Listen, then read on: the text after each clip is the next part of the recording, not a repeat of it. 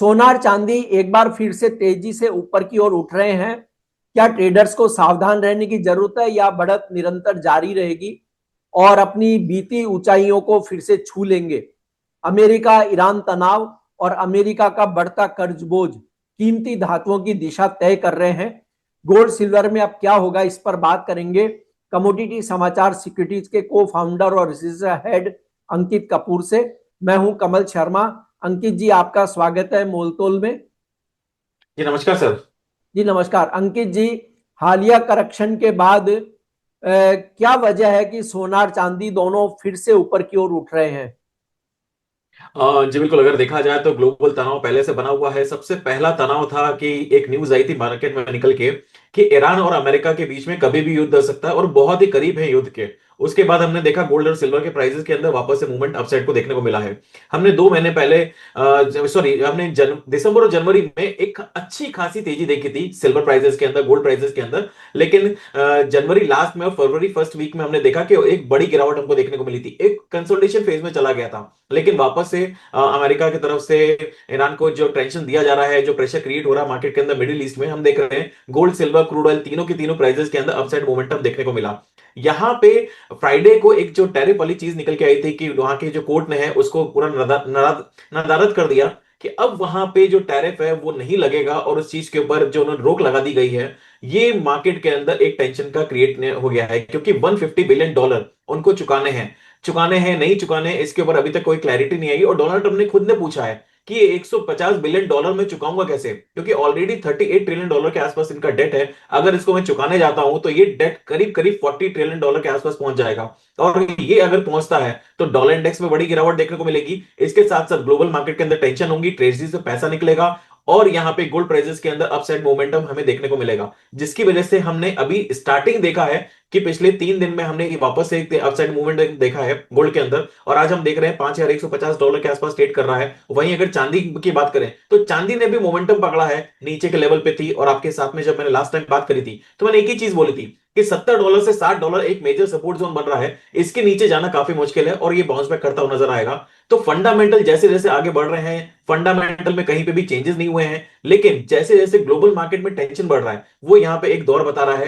कि गोल्ड और सिल्वर में आने वाले टाइम में तेजी बरकरार रहने वाली है। और यहां पे सबसे ज्यादा ट्रेडर्स को फोकस करना चाहिए गोल्ड के ऊपर, क्योंकि अगर ये तनाव और एक्सट्रीम लेवल पे बढ़ता है तो गोल्ड प्राइसेस के अंदर आपको ज्यादा तेजी देखने को मिलेगी।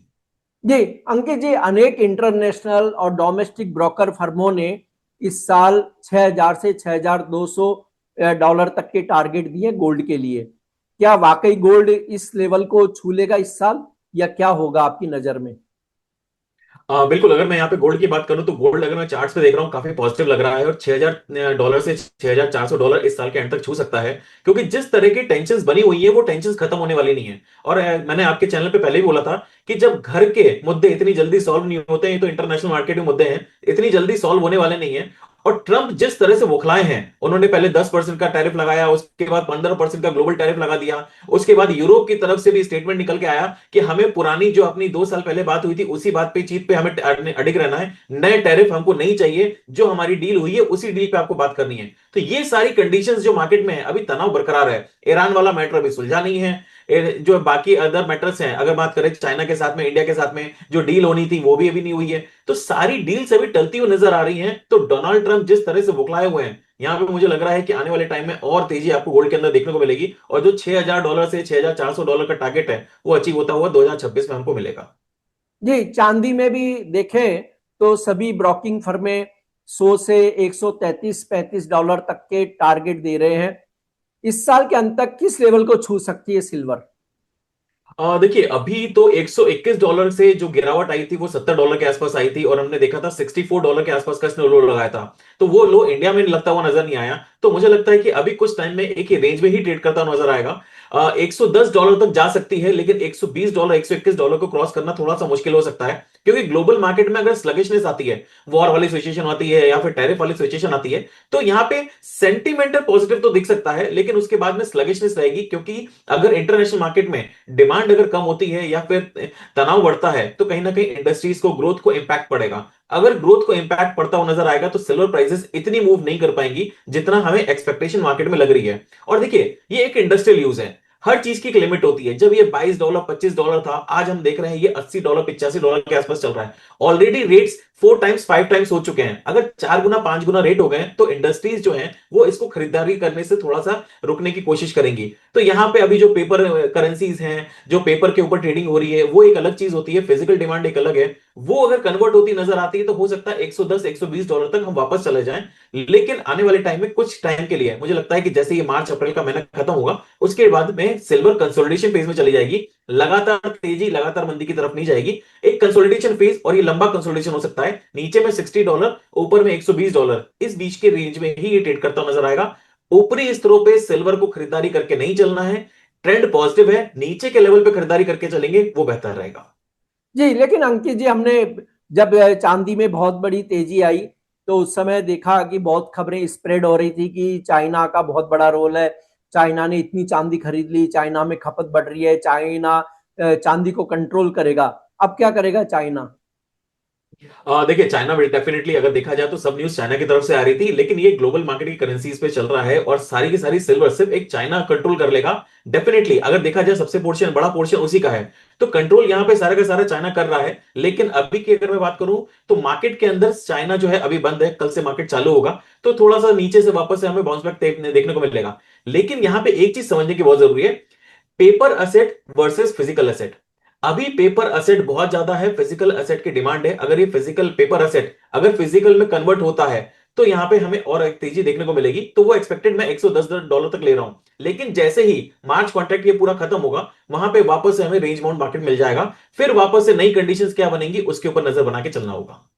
जी, और गोल्ड सिल्वर रेशो मौजूदा स्तर पर क्या संकेत दे रहा है अंकित जी? देखिए, गोल्ड सिल्वर रेशियो की अगर बात करूं तो यहाँ पे अभी $60 के आसपास चल रहा है। और कमल सर, एक चीज हमेशा देखने में आती है कि 90 के ऊपर अगर गोल्ड सिल्वर रेशियो होता है तो वहां पे सिल्वर, जो बड़े प्लेयर्स हैं वो सिल्वर को एक्टिवेट करना चालू कर देते हैं। और जैसे ही ये 60 के नीचे जाता है तो बड़े प्लेयर्स सिल्वर की पोजीशंस में से बाहर होके वो गोल्ड के अंदर एक्टिवेशन चालू कर देते हैं। तो यहाँ पे गोल्ड के अंदर मुझे लग रहा है कि ज्यादा मतलब कॉन्फिडेंट हूं मैं as compare to silver. Silver तेज रहेगी, लेकिन ये वॉलेटाइल कमोडिटी है, बहुत ज्यादा उठापटक देखने को मिलेगी। लेकिन गोल्ड की अगर बात करूं तो अभी भी सस्ता है। आने वाले टाइम में 6,000 $6,400 तक देखने को मिल सकते हैं। कोई भी गिरावट आई तो खरीदारी करके चलना ज्यादा बेहतर रहेगा। तो जो गोल्ड सिल्वर रेशियो सजेस्ट कर रहा है 60 के नीचे है, तो सिल्वर में से जो प्रॉफिट कमाया हुआ है या फिर सिल्वर की जो पोजीशन है उससे शिफ्ट होकर गोल्ड के अंदर आ जाना चाहिए। जी, अब ये देखिए अंकित जी, ये तो हुए बहुत पॉजिटिव वजह कि जिनकी वजह से गोल्ड सिल्वर को सपोर्ट मिलता हुआ रहेगा। लेकिन क्या इन दोनों कीमती धातुओं के लिए कोई ऐसा नेगेटिव कारण भी आ रहा है कि मौजूदा बढ़त पर कहीं ब्रेक लग जाए?